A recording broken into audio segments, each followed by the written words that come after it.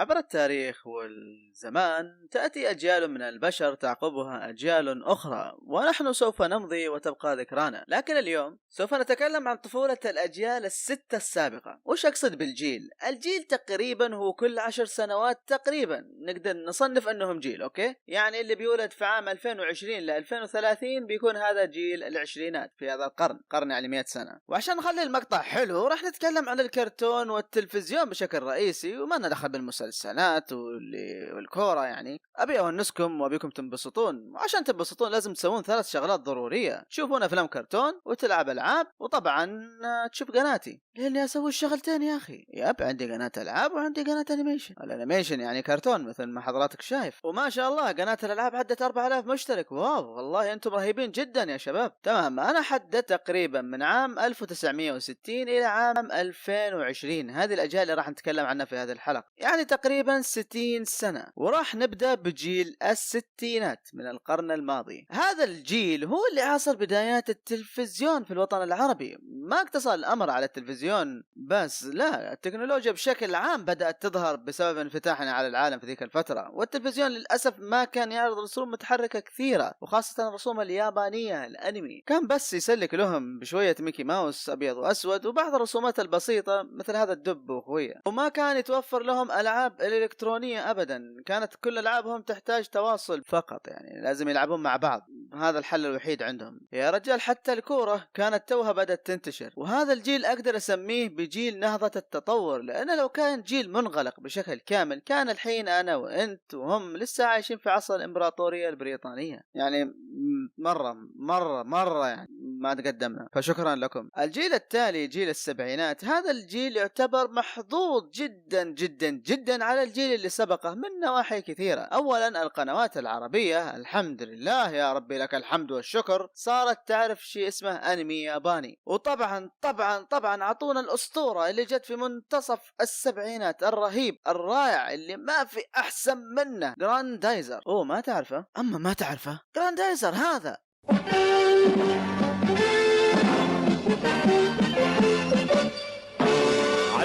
علي بطل فليك، هيا طر يا جراندايزر بعزم علي.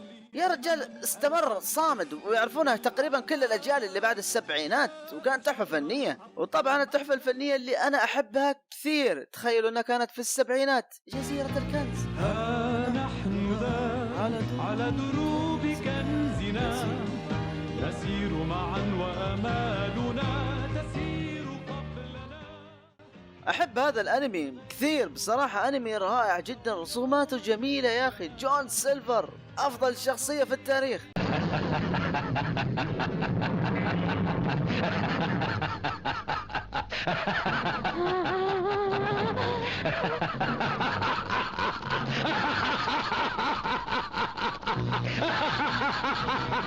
وهو بالتأكيد مثل جراندايزر صمد إلى الآن. أكيد سبيستون الجميلة لسه تعرضها لكم حتى الآن، فيا شكرا لكم. وطبعا بالنسبة للبنات في شغلتين أنا متأكد أنكم تابعتوها بالسبعينات: ليدي أوسكار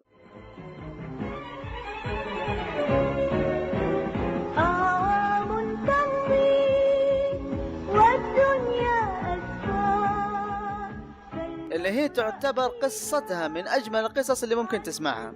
وأنا عملت بحث عنها بصراحة وحبيت القصة، وقررت أني أشوف كل الحلقات طبعا لو حصلت وقت. يعني تتكلم عن بنت أبوها يبيها تكون ولد وتصير فارسة. شيء مثير للاهتمام. اللي عرفته أن الأب مريض بشكل مو طبيعي. وطبعا أكيد شفتم بشار النحلة المسكينة اللي ضاعت من أمها، ويجلس يدور ويدور ويدور، وأنت تشوف القصة وهو يدور لما يحصلها في الأخير. وطبعا السندباد وقصصها العربية الرهيبة. وإيه صح يا جيل السبعينات، أنتم الآن اللي تشوفوني ياب أنتم قربوا أذانيكم أبي أسمعكم بشيء. ياب كذا بالضبط، ياب شاطر شاطر شاطر.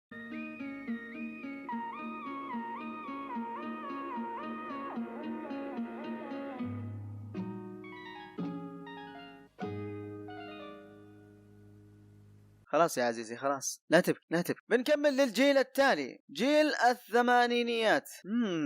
اوكي هذا الجيل كان محظوظ جدا جدا، كان محظوظ جدا بالتكنولوجيا عن الجيل السابق بصراحة، بسبب شيء بسيط جدا جدا جدا يطلقون عليه اسم كمبيوتر العائلة. الأسطورة الحية. بدأت الألعاب بالشكل الحقيقي مع هذا الجيل. الآن أغلب الكبار اللي يلعبون معكم هم حرفيا من جيل الثمانينات، تقدر تناديهم سينسي، انهم حرفيا لعبوا كل لعبة اخترعت حتى الآن. وبالنسبة للكرتون اللي شافوه يعني بصراحة واو، ما أقدر أحكي لك وش بتشوف يا رجال. إذا تشوف السبعينات رهيبين، شوف الثمانينيات، النمر المقنع.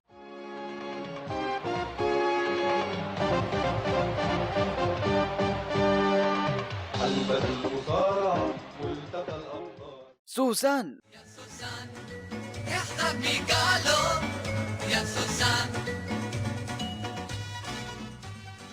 فلونا. كابتن ماجد. الكابتن ماجد. كعبول.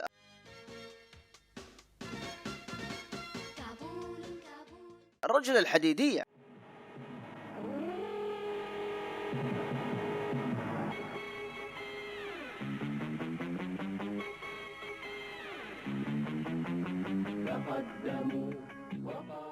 عدنان ولينا.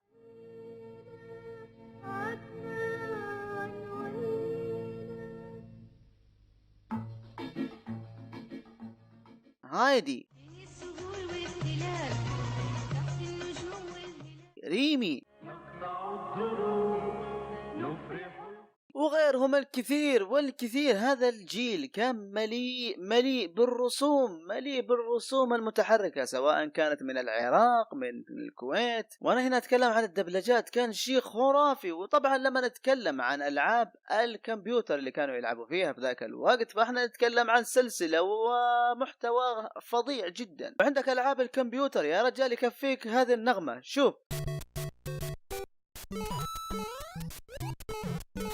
سوبر ماريو يا رجال، بدايته كان في هذا الجيل شيء خرافي. وكل الألعاب اللي ممكن تتخيلها بدأت هنا. ولو جلست أقول يا رجال ما بخلص، كل شيء أسطوري عندهم. والله حرفيا أنت المفروض تقول شكرا لهذا الجيل، لأنه ببساطة مهد لقدوم الجيل الذهبي. وات؟ مين هذا الجيل الذهبي اللي تتكلم عنه؟ طبعا جيل التسعينات الأسطورية. التسعينات مو بس كانت في الوطن العربي، حتى عند العالم كله كانت تعتبر أفضل مرحلة في التاريخ من ناحية الطفولة يا رجل. كل شيء عندها كان جميل. حرفيا انتم كل اللي عاصر جيل السبعينات وجيل الثمانينيات عاصر جيل التسعينيات، وايضا شاف كل اللي شافه جيل الألفين، وعاصر التكنولوجيا ايضا يا رجال. كل شيء كذا جاب النص. المرحلة العظيمة اللي تسمى بمرحلة جيل الطيبين، اللي كان نهايتها مع نهاية جيل التسعينات وبداية المرحلة الجديدة، العصر الحديث، التكنولوجيا والتطور والايفون بدأ فيها برضه شافوها يا رجال. شفتم كل الكرتون والألعاب اللي قلناها يا رجال، ما بقى شيء ما سووه هذا الجيل. وطبعا أهم شيء ما ننتسي، كانت البداية الأسطورية للأسطورة اللي أنتم إلى الآن تلعبون فيه، بلاي ستيشن 1. يب هذا الجيل لعب بكل الألعاب اللي أنت ممكن تتخيلها، وكان بنفس الوقت يشوف كل الكرتون الرائع. وهذا الجيل حضر بدايات سبيستون والآرتيز اللي نصكم أساسا ما شاف بداياتها، وبداية MBC 3 وكل شيء حرفيا يا رجال. شوف الكرتون اللي كانوا يشوفوه بوكيمون. أحلم دوما أن أكون الأفضل بين الجميع. أبطال الديجيتال. في فخ غريب وقعنا في عالم الأرقام ضعنا. كيف الخروج من أين الطريق. يوغيو.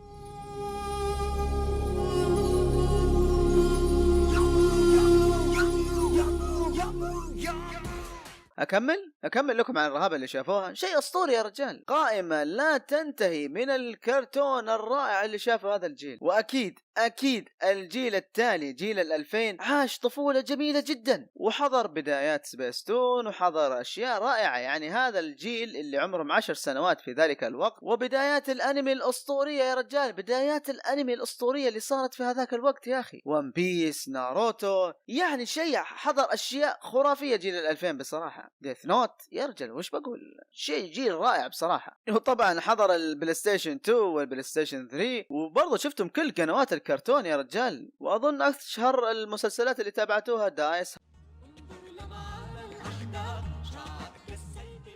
همتارو.